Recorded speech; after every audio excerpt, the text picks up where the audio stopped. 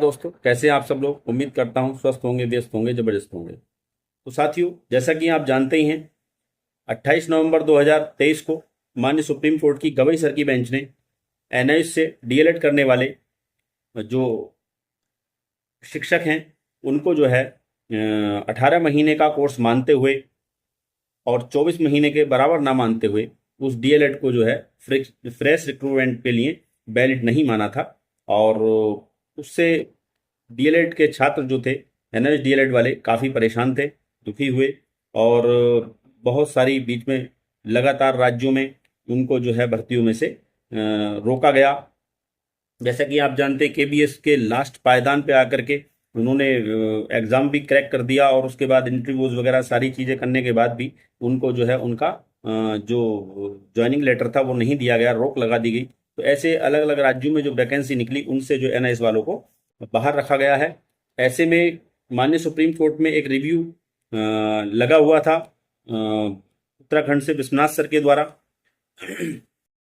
तो उसमें आप जानते हैं 24 जुलाई को जो है महत्वपूर्ण उसमें सुनवाई हुई। हालांकि सुनवाई कहें या कोर्ट चैम्बर में ही माननीय जो जज महोदय हैं उन्होंने उसको देखा और समझा। अब इसे भगवान भोलेनाथ की कृपा कहें या जो डीएलएड के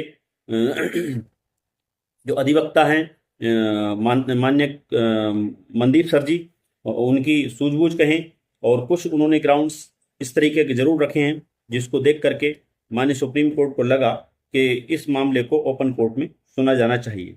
और उसी की जो महत्वपूर्ण सुनवाई कल 6 अगस्त को होने जा रही है। तो समझेंगे उसमें क्या चीज़ें होने वाली हैं।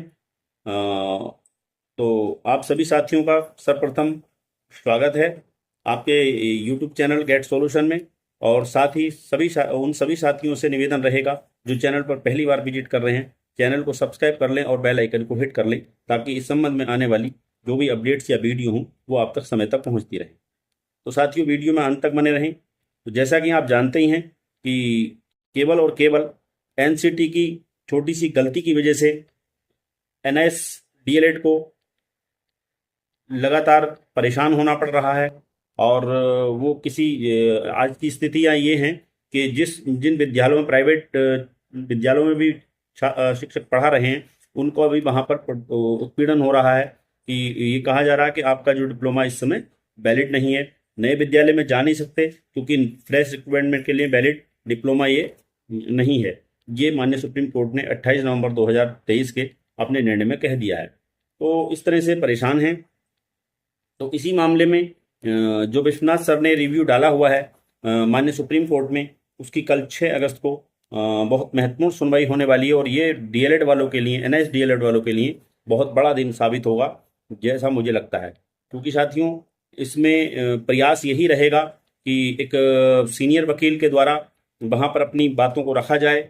और सर्वप्रथम कोशिश यही रहेगी कि ये ओपन कोर्ट में सुनवाई के लिए माननीय गवाई सर पूरी तरह से इससे सहमत हो जाएं। और जो पक्ष हैं, जो इसमें विपक्ष में हैं या पक्ष में लोग हैं, उन सभी को जो है नोटिस इशू करे जाएंगे। इसमें ऐसा उम्मीद कर सकते हैं कि सभी को नोटिस किया जाएगा, जैसे कि एमएचआरडी को नोटिस किया जाएगा, एनसीटी को नोटिस किया जाएगा, जो उसमें पक्ष थे उत्तराखंड गवर्नमेंट उसको नोटिस किया जाएगा।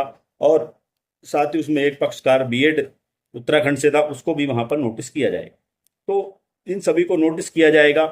तो इसमें बस एक चीज़ बहुत महत्वपूर्ण रहेगी कि जो नोटिस बीएड को किया जाएगा, तो बीएड इस समय जो है पूरी तरह से प्राइमरी शिक्षा से बाहर है, यानी कि 1 to 5 से बाहर है। तो उनका हमारे यानी कि जो डीएलएड साथी हैं, एनआईएस से डीएलएड साथी हैं, उनके साथ उनका कोई कंपटीशन नहीं है क्योंकि कंपटीटर वो है ही नहीं। तो जाहिर सी बात है वो अब उतना पक्ष मजबूत तरीके से वहाँ पर नहीं रखेंगे क्योंकि उनको अब लेना देना तो कुछ रहा नहीं कि भाई मान ली एनआईएस डीएलएड वालों को नुकसान पहुंचा करके या उनसे बहस करके उनका कोई फ़ायदा होने वाला है। क्योंकि वो तो अपनी जगह, वो तो वहीं के वहीं रहेंगे क्योंकि उनको तो 1 to 5 में शामिल किया ही नहीं जा रहा है। तो ऐसी स्थिति में सबसे जो मजबूत पक्ष इस मामले में रहा, जो 28 नवंबर 2023 को जो निर्णय आया था, उसमें जो मेन रोल रहा एनआईएस डीएलएड वालों को पीछे धकेलने का या उनके जो विपक्ष में निर्णय आया उसमें महत्वपूर्ण जो रोल रहा वो बीएड पक्ष का रहा है। तो उम्मीद कर सकते हैं कि बीएड पक्ष इसमें उतनी मजबूती के साथ अब नहीं लड़ेगा जितनी मजबूती के समय उस समय लड़ा था, क्योंकि उस समय जो बीएड था वो उत्तराखंड में बैरिड था 1 to 5 के लिए। तो इन सब चीज़ों को देख सकते हैं। बाकी एनसीटी क्या जवाब देती है, नोटिस होगा।